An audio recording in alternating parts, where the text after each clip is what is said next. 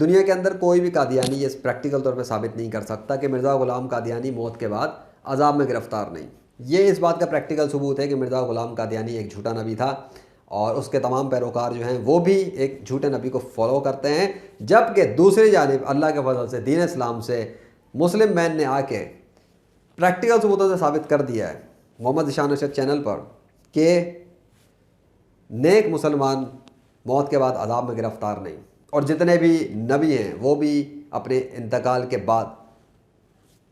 عذاب میں گرفتار نہیں۔ پریکٹیکل ثبوت کیا ہے کہ تمام انبیاء کرام کے جو جسم ہیں وہ صحیح سلامت تر و تازہ رہتے ہیں، اور حضرت محمد صلی اللہ علیہ وسلم چونکہ آخری نبی ہیں اس لیے ان کو بھی آخری نبی ماننے والے اور ان کے صحابہ کو مسلمان ماننے والے نیک مسلمانوں کی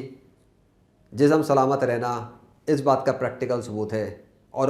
نیک مسلمانوں کی روحوں میں بعض کی ایسی روحوں میں ایسی طاقت حاصل ہو جانا، جیسے شاہ عقیق بابا جو لا علاج مریضوں کے علاج آپریشن کر کے دکھا رہے ہیں 21ویں صدی میں، یہ اس بات کا پریکٹیکل ثبوت ہے کہ نیک مسلمان موت کے بعد عذاب میں گرفتار نہیں، اس لیے ان کے جسم بھی تر و تازہ سلامت رہتے ہیں کیونکہ انہیں جنت کی غذا ملتی ہے، وہ سزا میں نہیں ہے، اور نیک مسلمانوں کی روحوں کو بھی یہ طاقت اور آزادی ملتی ہے کہ وہ اس دنیا میں تصرف کر کے اپنے کردار دکھا سکیں، جیسا کہ بہت سارے اولیاء کرام کے مزارات پہ دیکھنے کو ملتا ہے۔ یہ طاقت اور صلاحیتیں قادیانی یا ان کے پیشوا مرزا غلام قادیانی کے پاس نہیں، اس لیے کیونکہ سب کے سب جو مرزا غلام قادیانی یا اس کے تمام پیروکار ہیں وہ اللہ کے حکم سے اور اللہ کے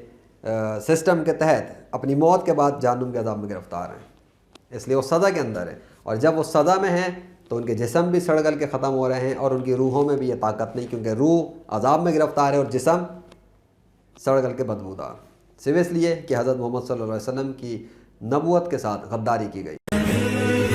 چاہے تجھے کیا کہوں